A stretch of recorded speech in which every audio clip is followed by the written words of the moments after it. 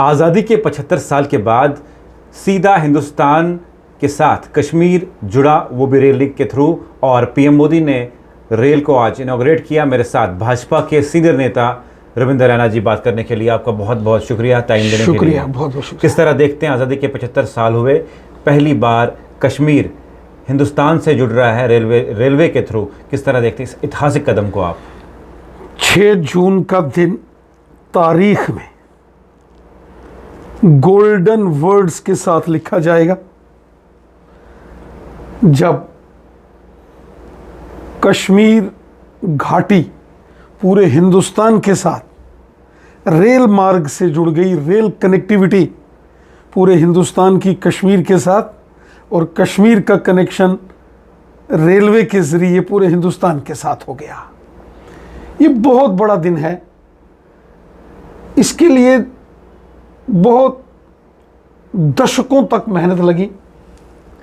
वो ख्वाब जो हमारे बुजुर्गों ने देखे थे, वो ख्वाब जो जम्मू कश्मीर के लोगों ने देखे थे, उसको हकीकत में बदलते हम सब ने अपनी आंखों से देखा।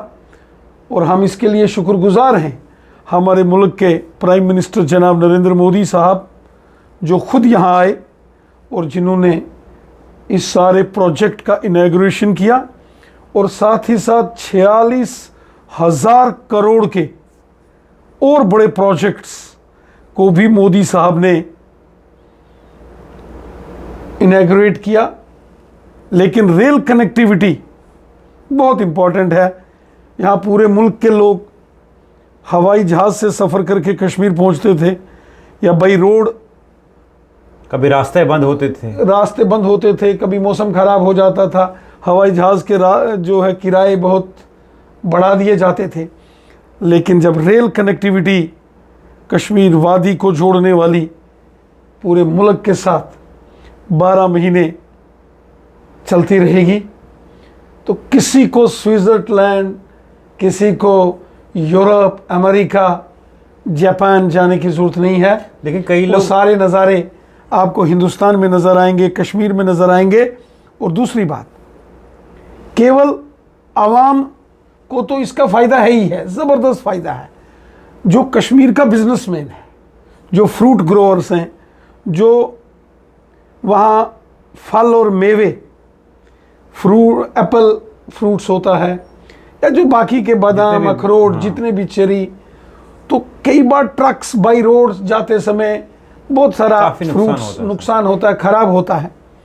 लेकिन अब चूँकि रेल कनेक्टिविटी सीधी रहेगी और बारामूला, श्रीनगर, अनंतनाग से होती हुई रेल जब जम्मू पहुँचेगी और जम्मू से पूरे हिंदुस्तान में जाएगी, तो कश्मीर की जो फ्रूट इंडस्ट्री है उसको फ़ायदा होगा, कारोबार बढ़ेगा,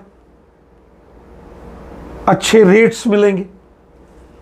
दूसरा इंपॉर्टेंट चीज़ कि कभी मौसम ख़राब हो जाता था तो हवाई जहाज़ बंद हो जाते हैं, लैंडस्लाइड बारिश में होने से हाईवेज़ बंद हो जाते हैं, तो रेलवे कनेक्टिविटी 12 महीने अवेलेबल रहेगी, कोई किसी को परेशानी इससे नहीं आएगी। ये बहुत इंपॉर्टेंट लिंक है। और तीसरा, हमारी जो सिक्योरिटी फोर्सेस हैं, स्ट्रेटेजिकली क्योंकि जम्मू कश्मीर LOC और इंटरनेशनल बॉर्डर्स के साथ जुड़ा है, तो हमारी फोर्सेस, हमारी आर्मी, पैरामिलिट्री फोर्सेस, पुलिस, उनको भी अपनी मूवमेंट में इस रेल कनेक्टिविटी का बहुत अच्छा फ़ायदा होगा, इसका लाभ होगा। जिस तरह प्राइम मिनिस्टर मोदी ने कहा कि जो पहलगाम में अटैक कराया गया, पाकिस्तान की साजिश थी वो कि मजहबी दंगे हिंदुस्तान में हो जाएं, लेकिन उनको पूरे देशवासियों ने मिलकर उनको नाकाम कर दिया। प्राइम मिनिस्टर मोदी साहब ने कटरा में अपनी स्पीच के दौरान इस बात को पूरे देश के सामने रखा कि पहलगाम में 22 अप्रैल को जो आतंकवादी हमला किया गया, उसके पीछे बहुत बड़ी साजिश थी। एक तो पहलगाम को, कश्मीर को लहूलुहान किया गया, खून से लथपथ किया गया, और दूसरा ये पाकिस्तान की आतंकवादियों की, दहशतगर्दों की साजिश थी कि हिंदुस्तान में हिंदू और मुसलमान आपस में मजहबी फसाद करने की एक कोशिश और साजिश दहशतगर्दों की, दुश्मन मुल्क की थी। लेकिन बड़ी समझदारी के साथ मुल्क के लोगों ने इस बात को समझा, इस साजिश को हिंदुस्तान के लोगों ने समझा और दुश्मन की, मुल्क दुश्मन ताकतों की, दहशतगर्दों की वो साजिश धरी की धरी रह गई। दुनिया ने देखा कि जब पहलगाम में टूरिस्टों पर, सैलानियों पर हमला हुआ, वहाँ सैलानियों को बचाते बचाते आदिल शाह साहब जो पहलगाम के हापत नाड़ के रहने वाले हैं वो भी शहीद हो गए। पूरा हिंदुस्तान, पूरा जम्मू कश्मीर सड़कों पर उतर आया, हाथों में झंडे, तिरंगे झंडे लेकर कश्मीर के नौजवान लाल चौक पहुँचे। कश्मीर के शहर शहर में इस दहशतगर्दाना हमले की मजम्मत की गई। तिरंगे झंडे लेकर कश्मीर के नौजवानों ने कहा कि दहशतगर्दी ना मंजूर, ना मंजूर। ये मंजर भी सारी दुनिया ने देखे, जिसका जिक्र आज हमारे मुल्क के प्राइम मिनिस्टर मोदी साहब ने किया और उन्होंने पूरे मुल्क की आवाम को, कश्मीर के नौजवानों को सलूट किया कि जिस यूनिटी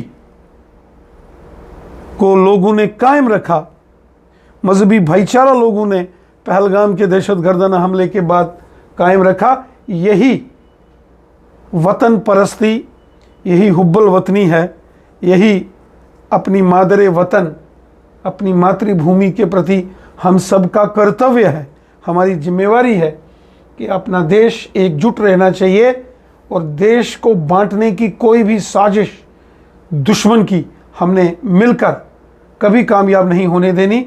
ये प्राइम मिनिस्टर मोदी साहब का पैगाम देश के नाम भी था और जम्मू कश्मीर के नौजवानों की भी उन्होंने हौसला अफजाई की है।